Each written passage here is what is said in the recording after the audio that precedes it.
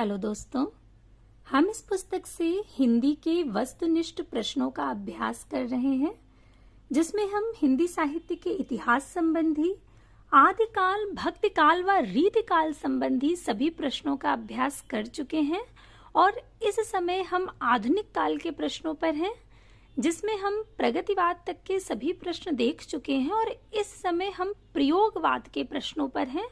उसमें भी लगभग सभी प्रश्न हो गए हैं।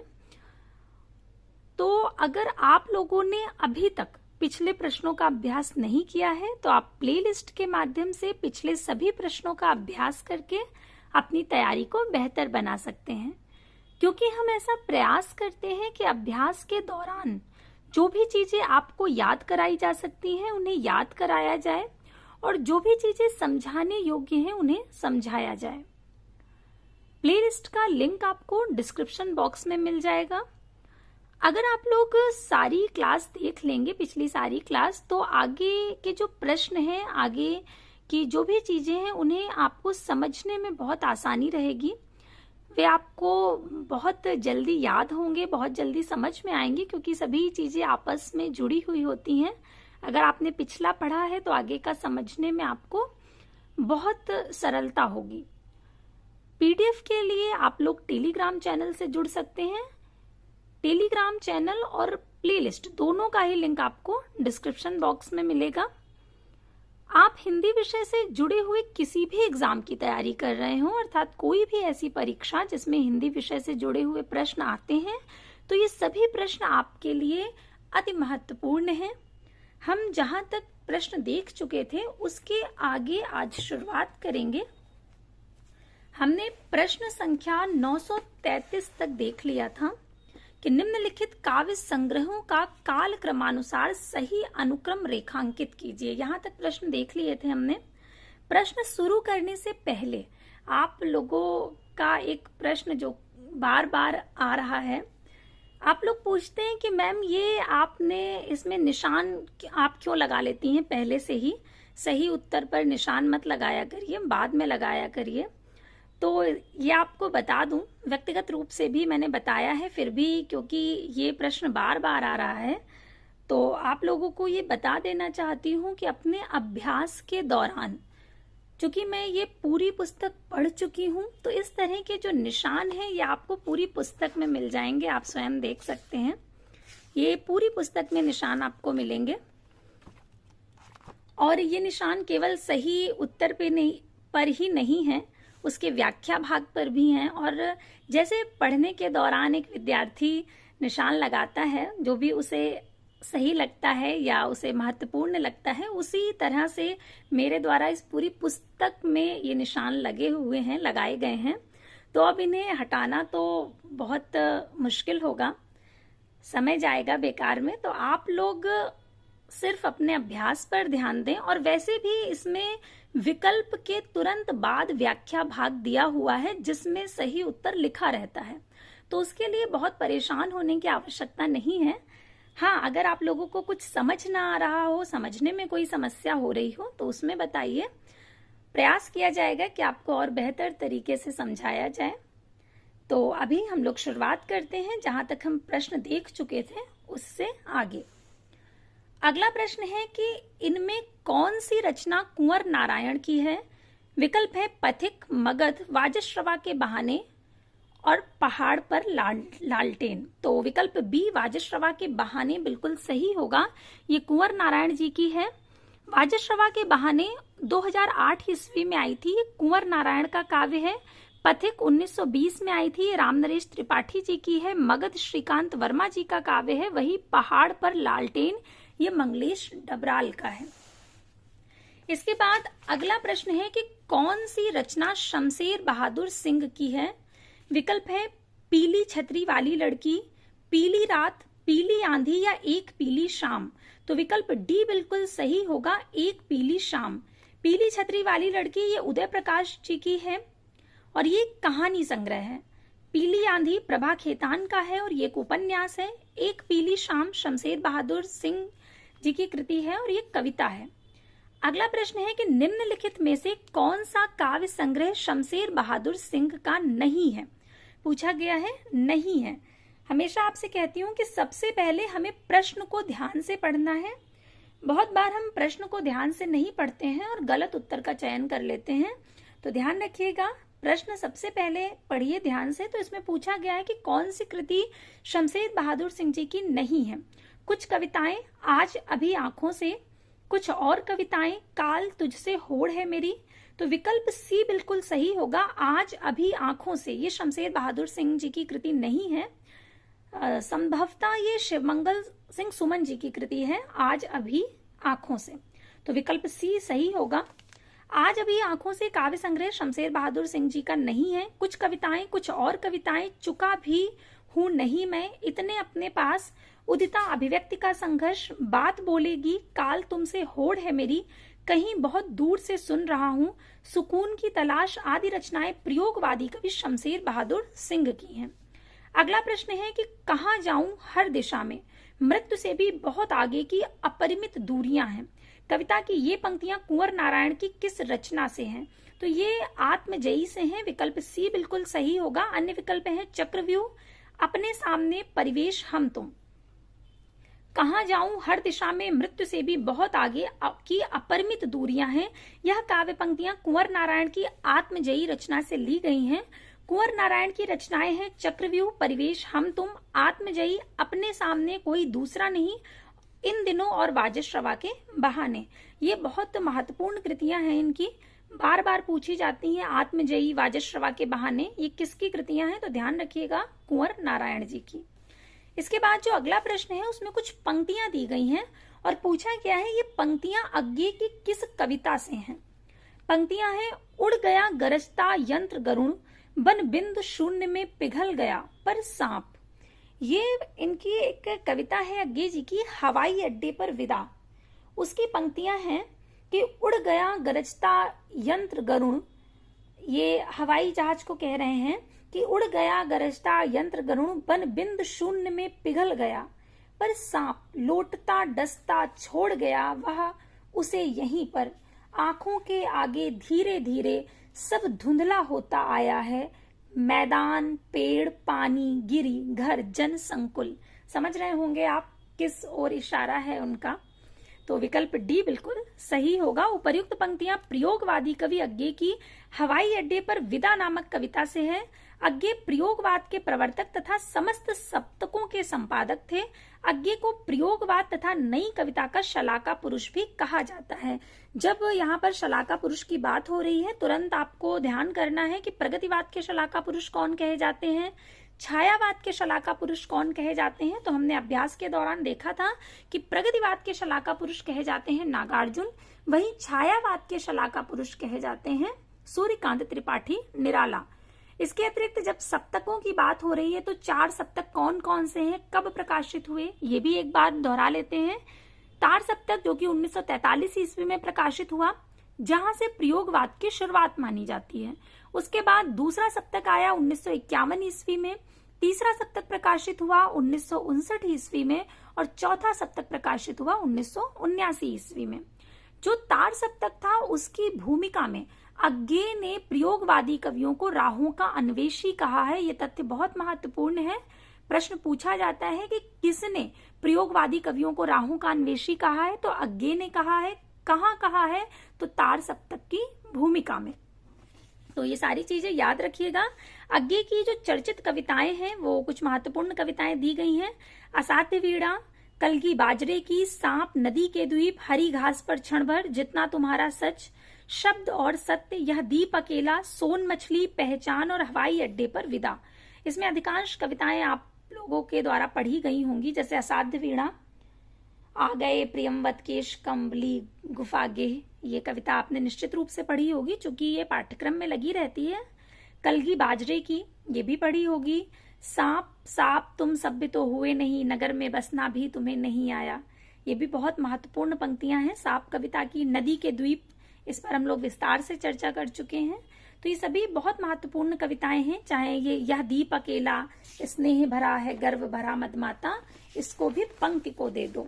तो ये सारी बहुत महत्वपूर्ण कविताएं हैं। इसकी पंक्तियां भी पूछी जाती हैं परीक्षाओं में प्रश्न के रूप में। अगला प्रश्न है कि ठंडा लोहा कविता संग्रह के रचनाकार कौन है? धर्मवीर भारती, भारत भूषण अग्रवाल, गिरजा कुमार माथुर या सर्वेश्वर दयाल सक्सेना। तो विकल्प ए बिल्कुल सही होगा। ठंडा लोहा जो है वो धर्मवीर भारती जी का कविता संग्रह है। ठंडा लोहा 1952 ईस्वी में प्रकाशित हुआ था। इस काव्य संग्रह के रचनाकार धर्मवीर भारती हैं। धर्मवीर भारती मूलतः प्रेम के कवि हैं। इनकी अन्य प्रमुख रचनाएं हैं अंधायुग, कनुप्रिया, 7 गीत वर्ष व देशांतर। भारत भूषण अग्रवाल के काव्य संग्रह हैं छवि के बंधन, जागते रहो, मुक्ति मार्ग, ओ अप्रस्तुत मन, कागज के फूल, एक उठा हुआ हाथ, उतना वह सूरज है और अनुपस्थित लोग। गिरजा कुमार माथुर के काव्य संग्रह हैं मंजीर, नाश और निर्माण, धूप के धान, शिलापंख चमकीले, छाया मत छूना, भीतरी नदी की यात्रा, अभी कुछ और, साक्षी रहे वर्तमान, पृथ्वी कल्प व कल्पांतर। ये बहुत बहुत महत्वपूर्ण रचनाएं हैं गिरजा कुमार माथुर जी की, जिसमें मंजीर, शिलापंख चमकीले, धूप के धान और कल्पांतर, पृथ्वी कल्प ये बहुत पूछी जाती हैं कि किसकी रचना है। तो ध्यान रखिएगा ये सभी गिरजा कुमार माथुर जी की हैं। सर्वेश्वर दयाल सक्सेना जी की काव्य कृतियां दी गई हैं काठ की घंटियां, बांस का पुल, एक सूनी नाव, गर्म हवाएं, कुआनो नदी, कविताएं 1, कविताएं 2, जंगल का दर्द, खूटियों पर टंगे लोग आदि। अगला प्रश्न है कि निम्नलिखित काव्य कृतियों को उनके कवियों के साथ सुमेलित कीजिए। कौन कौन सी कृतियां हैं? सबसे पहले आत्मजयी किसकी है? कुंवर नारायण जी की है, जो कि 1965 ईस्वी में प्रकाशित हुई। खूटियों पर टंगे लोग सर्वेश्वर दयाल सक्सेना जी की कृति है, जो कि 1982 ईस्वी में प्रकाशित हुई। वहीं मगध श्रीकांत वर्मा जी की है, जो कि 1984 ईस्वी में प्रकाशित हुई। पहाड़ पर लालटेन, जो कि 1981 ईस्वी में प्रकाशित हुई, मंगलेश डबराल जी की है। समर गाथा राजेश जोशी जी की है। तो इसके अनुसार विकल्प डी बिल्कुल सही होगा। ये बहुत महत्वपूर्ण कृति है समर गाथा राजेश जोशी जी की। पूछी जाती है बहुत बार परीक्षाओं में कि समर गाथा किसकी कृति है, तो ध्यान रखिएगा राजेश जोशी जी की। अगला प्रश्न है कि प्रयोगवाद के प्रवर्तक के अनुसार प्रयोगवादी कवि का मुख्य तथ्य क्या था? नए काव्य उपकरणों का प्रयोग, भावुकता के स्थान पर बौद्धिकता की प्रतिष्ठा, नई राहों का अन्वेषण, और चौथा है काव्य की पूर्व परंपरा का निषेध। तो जब आप ये चारों विकल्प देख रहे होंगे तो ये चारों ही प्रयोगवाद की विशेषताएं हैं। प्रयोगवाद में नए काव्य उपकरणों का प्रयोग भी हुआ है। वो आगे जी की कविता है ना कि ये उपमान मैले हो गए हैं, देवता इन प्रतीकों के कर गए हैं कूच। भावुकता के स्थान पर बौद्धिकता की प्रतिष्ठा है। प्रयोगवाद भावुकता को स्थान नहीं देता है, वो यथार्थ की बात करता है, बौद्धिकता की बात करता है। नई राहों का अन्वेषण बिल्कुल सही है। अभी हम लोगों ने चर्चा की कि अज्ञे ने अपने तार सप्तक में लिखा है उसकी भूमिका में कि प्रयोगवादी कवि जो हैं वे राहों के अन्वेषी हैं, उन्हें राहों का अन्वेषी कहा है। तो ये भी बिल्कुल सही है। काव्य की पूर्व परंपरा का निषेध है, ये भी बिल्कुल सही है। चली चलाई जो परंपरा है, चलाए जो उपमान है, उन पर भरोसा नहीं किया है प्रयोगवाद ने। तो ये चारों ही सही हैं। इस प्रश्न को बनाने में कुछ त्रुटि हुई है, तो ध्यान रखिएगा। देखिए दिया भी गया है, यह प्रश्न त्रुटिपूर्ण है। प्रयोगवाद के संबंध में विकल्प में निहित सभी तथ्य लागू होते हैं। अगला प्रश्न है कि निम्नलिखित में से कौन तार सप्तक का कवि नहीं है? शमशेर बहादुर सिंह, गिरजा कुमार माथुर, मुक्तिबोध या प्रभाकर माचवे। तो विकल्प ए बिल्कुल सही होगा। शमशेर बहादुर सिंह जी तार सप्तक के कवि नहीं है। तार सप्तक का प्रकाशन 1943 ईस्वी में हुआ था। अज्ञे द्वारा 1943 में नई कविता के प्रणयन हेतु 7 कवियों का एक मंडल बना करके तार सप्तक का संकलन और संपादन किया गया। तार सप्तक नई कविता का प्रस्थान बिंदु माना जाता है। तार सप्तक में निम्नलिखित 7 कवि शामिल हैं: अज्ञे, मुक्तिबोध, नेमीचंद्र जैन, भारत भूषण अग्रवाल, प्रभाकर माचवे, गिरजा कुमार माथुर व रामविलास शर्मा।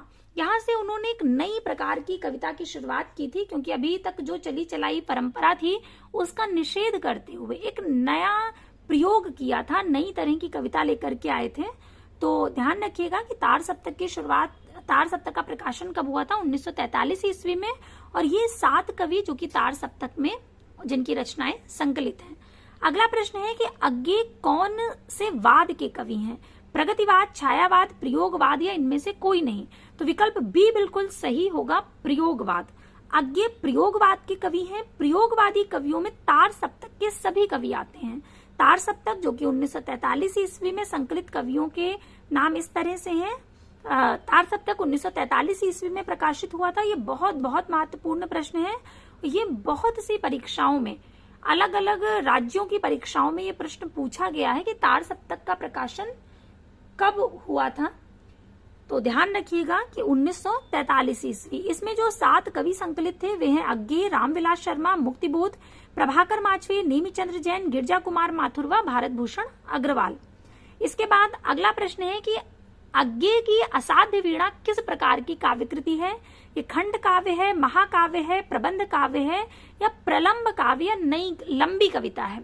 तो असाध्य वीणा, चूंकि हम सबने पढ़ी हुई है असाध्य वीणा, तो ये लंबी कविता है जिसकी शुरुआत यहाँ से होती है कि आ गए प्रियंवद केश कंबली गुफा गेह, राजा ने आसन दिया कहा कृत कृत हुआ मैं तात पधारे आप, भरोसा है अब मुझको साध आज मेरे जीवन की पूरी होगी।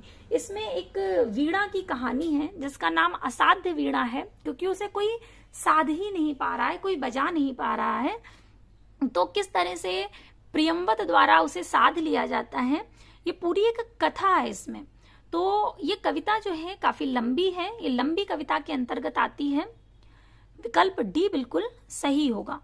इनकी जो अन्य कविताएं हैं अज्ञे जी की, वे हैं कलगी बाजरे की, सांप, नदी के द्वीप, हरी घास पर क्षण भर, जितना तुम्हारा सच, शब्द और सत्य और यह दीप अकेला आदि हैं। अगला प्रश्न है कि अज्ञे का पूरा नाम क्या है। तो सच्चिदानंद हीरानंद वात्स्यायन अज्ञे। विकल्प सी बिल्कुल सही होगा। अन्य विकल्प है राय कृष्ण दास, कन्हैया लाल या हरिशंकर परसाई। तो ये तो हम इतने बार सुनते हैं, हमारे अभ्यास में है, तो बहुत आसान भी लग रहा होगा आपको कि सच्चिदानंद हीरानंद वात्स्यायन अज्ञे। इनकी जो काव्य कृतियां हैं वे हैं भग्नदूत, चिंता, बावरा अहेरी, इंद्रधनुष, रौंदे हुए ये, आंगन के पार द्वार, कितनी नावों में कितनी बार व सागर मुद्रा आदि। अगला प्रश्न है कि निम्नलिखित में से कौन सा कवि दूसरा सप्तक में सम्मिलित नहीं था। भवानी प्रसाद मिश्र, शकुंत माथुर, शमशेर बहादुर सिंह या मुक्तिबोध। तो मुक्तिबोध चूंकि तार सप्तक के कवि हैं, न कि दूसरा सप्तक के। अभी हमने तार सप्तक के कवियों के नाम देखे थे, अज्ञे, रामविलास शर्मा, मुक्तिबोध, प्रभाकर माचवे, बलवंत इत्यादि। तो मुक्तिबोध नाम जो है ये तार सप्तक में आता है, न कि दूसरा सप्तक में, इसलिए विकल्प डी बिल्कुल सही होगा। दूसरा सप्तक का प्रकाशन कब हुआ था? 1951 ईस्वी में अज्ञे के संपादन में प्रकाशित हुआ था। ये दूसरे सप्तक में निम्नलिखित 7 कवियों की रचनाओं को सम्मिलित किया गया है। भवानी प्रसाद मिश्र, शकुंत माथुर, हरिनारायण व्यास, शमशेर बहादुर सिंह, नरेश मेहता, रघुवीर सहाय व धर्मवीर भारती। जब भी तार सप्तकों की बात हो तो तुरंत आपको चारों तार सप्तक के प्रकाशन वर्ष अपने मस्तिष्क में एक बार दोहराने हैं। 1943 तार सप्तक, दूसरा सप्तक 1951, उसके बाद 1959 तीसरा सप्तक और 1979 चौथा सप्तक। शकुंत माथुर दूसरे सप्तक की एकमात्र कवित्री हैं, इनका नाम भी ध्यान रखिएगा। अगला प्रश्न देखते हैं। अगला प्रश्न है अज्ञे की रचना है कुरुक्षेत्र, हुंकार, हरी घास पर क्षण भर या पवन दूत। तो हरी घास पर क्षण भर ये अज्ञे की रचना है। इसकी कुछ पंक्तियां हमने पिछली क्लास में देखी भी थी, हरी घास पर क्षण भर कविता की। हरी घास पर क्षण भर, बावरा अहेरी, आंगन के पार द्वार, अरि ओ करुणा प्रभा में, कितनी नावों में कितनी बार, सागर मुद्रा, क्योंकि मैं उसे जानता हूं, असाध्य वीणा, चिंता तथा इत्यलम आदि प्रयोगवादी कवि अज्ञे की रचनाएं हैं। कुरुक्षेत्र तथा हुंकार रामधारी सिंह दिनकर की तथा पवन दूत हरिदास की रचना है। अगला प्रश्न है कुआनो नदी कविता संग्रह के कवि हैं त्रिलोचन, अज्ञे, भारत भूषण अग्रवाल या सर्वेश्वर दयाल सक्सेना। तो विकल्प डी बिल्कुल सही है, सर्वेश्वर दयाल सक्सेना। कितनी परीक्षाओं में ये प्रश्न पूछा गया है, ये बहुत महत्वपूर्ण उनकी कृति है कुआनो नदी। ध्यान रखिएगा, कुआनो नदी किसकी कृति है? सर्वेश्वर दयाल सक्सेना जी की। इसके अतिरिक्त जो उनकी महत्वपूर्ण कृतियां हैं, खूटियों पर टंगे लोग, जंगल का दर्द, एक सूनी नाव, गर्म हवाएं, काठ की घंटियां, बांस का पुल आदि। नई कविता के प्रमुख कवि सर्वेश्वर दयाल सक्सेना के द्वारा लिखी गई काव्य कृतियां हैं हरी घास पर क्षण भर, आंगन के पार द्वार, अरि ओ करुणा प्रभा में, कितनी नावों में कितनी बार, सागर मुद्रा, असाध्य वीणा, इत्यलम आदि अज्ञे की काव्य कृतियां हैं। वहीं धरती, दिगंत, उस जनपद का कवि हूं आदि त्रिलोचन शास्त्री जी की हैं। ओ अप्रस्तुत मन भारत भूषण अग्रवाल जी की प्रमुख काव्य कृति है। अगला प्रश्न है कि निम्नलिखित में से तार सप्तक में कौन कवि शामिल नहीं थे? प्रभाकर माचवे, नेमीचंद्र जैन, भारत भूषण अग्रवाल या रामधारी सिंह दिनकर? तो विकल्प डी बिल्कुल सही होगा, चूंकि रामधारी सिंह दिनकर जी तो तार सप्तक के कवि हैं ही नहीं। अन्य जो नाम है ये तार सप्तक के कवियों के हैं। रामधारी सिंह दिनकर द्वारा तार सप्तक में प्रकाशित किए गए कवियों में सम्मिलित नहीं थे। अज्ञे द्वारा जो तार सप्तक प्रकाशित किया गया उनमें रामधारी सिंह दिनकर नहीं थे। रेणुका, हुंकार आदि दिनकर की प्रमुख रचनाएं हैं। तार सप्तक का प्रकाशन सच्चिदानंद हीरानंद वात्स्यायन अज्ञे के संपादन में 1943 ईस्वी में हुआ था। तार सप्तक निम्नलिखित 7 कवियों की रचनाओं को सम्मिलित किया गया है। तार सप्तक में वे कवि हैं नेमीचंद्र जैन, मुक्तिबोध, भारत भूषण अग्रवाल, प्रभाकर माचवे, गिरजा कुमार माथुर, रामविलास शर्मा तथा अज्ञे। अज्ञे द्वारा 1951 ईस्वी में दूसरे सप्तक का और 1959 ईस्वी में तीसरे सप्तक का प्रकाशन हुआ था। वहीं चौथे सप्तक का प्रकाशन कब हुआ था? 1979 ईस्वी में 7-9 प्रकाशन हुआ था। ये चारों सप्तक के जो प्रकाशन वर्ष हैं इन्हें आप बार बार जितने बार दोहराएंगे उतना अच्छा है, क्योंकि ये बहुत बहुत महत्वपूर्ण है। अगला प्रश्न है कि अंधेरे में नामक प्रसिद्ध कविता के रचनाकार कौन है? नागार्जुन, शमशेर बहादुर सिंह, सर्वेश्वर दयाल सक्सेना या गजानन माधव मुक्तिबोध? तो विकल्प डी बिल्कुल सही है, गजानन माधव मुक्तिबोध। अंधेरे में कविता जो कि इनका काव्य संग्रह है चांद का मुंह टेढ़ा है, जिसका प्रकाशन वर्ष है 1964 ईस्वी। चांद का मुंह टेढ़ा है कब प्रकाशित हुआ था? 1964 ईस्वी में प्रकाशित हुआ था। और उसकी सभी कविताएं आपको कई क्लास में दिखाई जा चुकी हैं। उसमें जितनी भी कविताएं हैं वे सभी बहुत बहुत महत्वपूर्ण हैं और उनसे बहुत प्रश्न भी बनते हैं कि ये कविता कहाँ संकलित है। तो ध्यान रखिएगा, अंधेरे में नामक जो प्रसिद्ध कविता है वो गजानन माधव मुक्तिबोध जी की है और उनके प्रसिद्ध काव्य संग्रह चांद का मुंह टेढ़ा है में संकलित है। अंधेरे में नामक प्रसिद्ध कविता के लेखक गजानन माधव मुक्तिबोध हैं। इस कविता का संकलन चांद का मुंह टेढ़ा है में किया गया है। यह कविता फैंटेसी शैली में लिखित लंबी कविता है। मुक्तिबोध की जो अन्य महत्वपूर्ण कविताएं हैं वे ब्रह्म राक्षस, अंतःकरण का आयतन व भूल गलती, ये तीनों नाम जो दिए गए हैं, अगर आपको याद हो जब आपको काव्य संग्रह दिखाया गया था, ये तीनों कविता उसमें हैं। उसमें जितनी भी कविताएं हैं उनमें ये 3 कविता भी शामिल है। अगला प्रश्न है विजय देव नारायण शाही का काव्य संग्रह कौन सा है? अनागत की आंखें, धरती और स्वर्ग, मछली घर या सूर्य का स्वागत? तो विकल्प बी बिल्कुल सही है, विजय देव नारायण शाही का काव्य संग्रह है मछली घर। अन्य विकल्प जो है, विकल्प में जो रचनाएं हैं वे विजय देव नारायण शाही की नहीं है। विजय देव नारायण शाही की जो अन्य कृतियां हैं साखी, संवाद तुमसे, जबकि सूर्य का स्वागत ये दुष्यंत कुमार जी की रचना है। साये में धूप ये भी दुष्यंत कुमार जी का गजल संग्रह है। अगला प्रश्न है सतपुड़ा की जंगल किसकी रचना है? भवानी प्रसाद मिश्र जी की, केदारनाथ अग्रवाल की, मुक्तिबोध की या निराला की? तो विकल्प ए बिल्कुल सही होगा, भवानी प्रसाद मिश्र। सतपुड़ा की जंगल काव्य रचना के रचनाकार भवानी प्रसाद मिश्र जी हैं। इनकी प्रमुख कृतियां हैं गीत फरोश, बुनी हुई रस्सी, खुशबू के शिलालेख, गांधी पंचशती, अंतर्गत, नीली रेखा तक, कालजयी जो कि इनका खंड काव्य है, त्रिकाल संध्या आदि।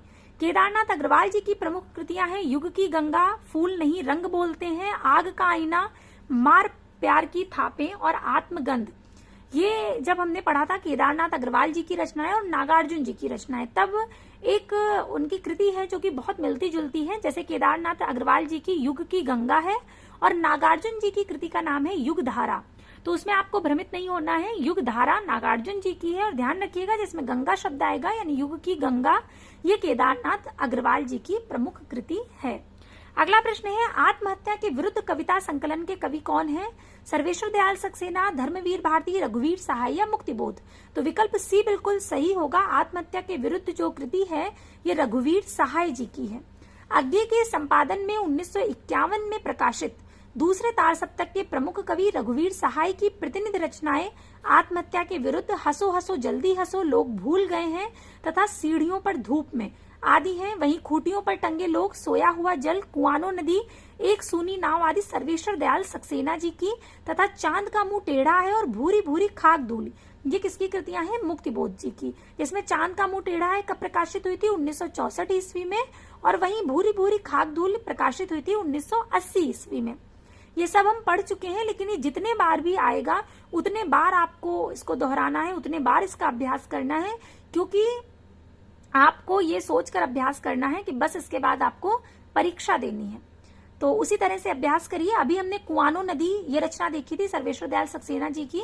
अभी एक प्रश्न में आया था कि कुआनो नदी किसकी कृति है? तो सर्वेश्वर दयाल सक्सेना जी की। अगला प्रश्न है, भूल गलती कविता के कवि कौन है? नागार्जुन, त्रिलोचन, केदारनाथ अग्रवाल या मुक्तिबोध? तो विकल्प डी बिल्कुल सही होगा, मुक्तिबोध।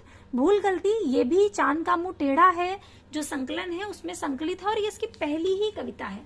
जो इनका काव्य संकलन है ना, चांद का मुंह टेढ़ा है, ये चूंकि आपको दिखा देती हूँ एक बार फिर से। इसकी सभी कविताएं बहुत बहुत महत्वपूर्ण हैं परीक्षा की दृष्टि से। ये देखिए, पहली ही कविता भूल गलती है। और इस प्रश्न को भी बिल्कुल अपने मस्तिष्क में रखिएगा कि इस काव्य संग्रह की जो भूमिका है वो किसने लिखी है? शमशेर बहादुर सिंह जी ने। किस नाम से लिखी है? एक विलक्षण प्रतिभा। ये भी आपको पहले भी पढ़ाया जा चुका है, और जितने बार आप देखें उतना ही अच्छा है। इस काव्य संग्रह से मैं देख रही हूँ अभ्यास के दौरान कि इससे बहुत बहुत प्रश्न पूछे जा रहे हैं। चांद का मुंह टेढ़ा है ऐसे, तो इसे बहुत ध्यान से देखिएगा। तो भूल गलती किसकी कृति है, किसकी कविता है? भूल गलती कविता है मुक्तिबोध जी की। भूल गलती, ब्रह्म राक्षस, चांद का मुंह टेढ़ा है, अंधेरे में, भूरी भूरी खाक धूल, गजानन माधव, मुक्तिबोध की प्रमुख काव्य रचनाएं हैं। वहीं युगधारा, सतरंगे पंखों वाली, प्यासी पथराई आंखें, भस्मांकुर, तुमने कहा था, ये नागार्जुन जी की हैं। अभी हम लोग युगधारा और युग की गंगा पर चर्चा कर रहे थे। वैद्यनाथ मिश्र नागार्जुन, नागार्जुन जी का जो वास्तविक नाम है वो भी बहुत बार पूछा जाता है, तो ध्यान रखिएगा। वैद्यनाथ मिश्र उनका वास्तविक नाम है और नागार्जुन इनका उपनाम है। इसके अतिरिक्त भी इनका एक उपनाम है यात्री। जब ये मैथिली और संस्कृत भाषा में रचनाएं करते थे तब वे यात्री नाम से लिखते थे, और हिंदी में इन्होंने जो भी रचनाएं की हैं वे नागार्जुन नाम से की हैं, तो ध्यान रखिएगा। इसके अतिरिक्त त्रिलोचन शास्त्री जी का पूरा नाम क्या है? वासुदेव सिंह त्रिलोचन। युग की गंगा, नींद के बादल, फूल नहीं रंग बोलते हैं, आग का आईना, अपूर्वा, ये केदारनाथ अग्रवाल जी की कृतियां हैं। वहीं धरती, मिट्टी की बारात, मैं उस जनपद का कवि हूँ आदि त्रिलोचन की प्रमुख काव्य कृतियां हैं। अगला प्रश्न है, कनुप्रिया के लेखक कौन है? नंद दुलारे वाजपेयी, वीरेंद्र मिश्र, मोहन राकेश या धर्मवीर भारती? तो विकल्प डी बिल्कुल सही होगा, धर्मवीर भारती। कनुप्रिया धर्मवीर भारती जी की कृति है, जिसमें उन्होंने राधा के एक नवीन रूप को रूपायित किया है। कनुप्रिया, अंधा युग, ठंडा लोहा, सात गीत वश आदि धर्मवीर भारती जी की काव्य कृतियां हैं। गुनाहों का देवता तथा सूरज का सातवां घोड़ा, ये धर्मवीर भारती जी के उपन्यास हैं। वहीं गुल की बन्नो, बंद गली का आखिरी मकान, सावित्री नंबर 2, चांद और टूटे हुए लोग आदि धर्मवीर भारती जी द्वारा लिखी गई कहानियां हैं। आषाढ़ का एक दिन, मलबे का मालिक, एक और जिंदगी, आद्रा, फौलाद का आकाश, जानवर और जानवर आदि मोहन राकेश जी की कृतियां हैं। वहीं हिंदी साहित्य 20वीं शताब्दी, आधुनिक साहित्य, प्रेमचंद, जयशंकर प्रसाद, नया साहित्य, नए प्रश्न, राष्ट्रभाषा की समस्या आदि आलोचक आचार्य नंद दुलारे वाजपेयी की कृति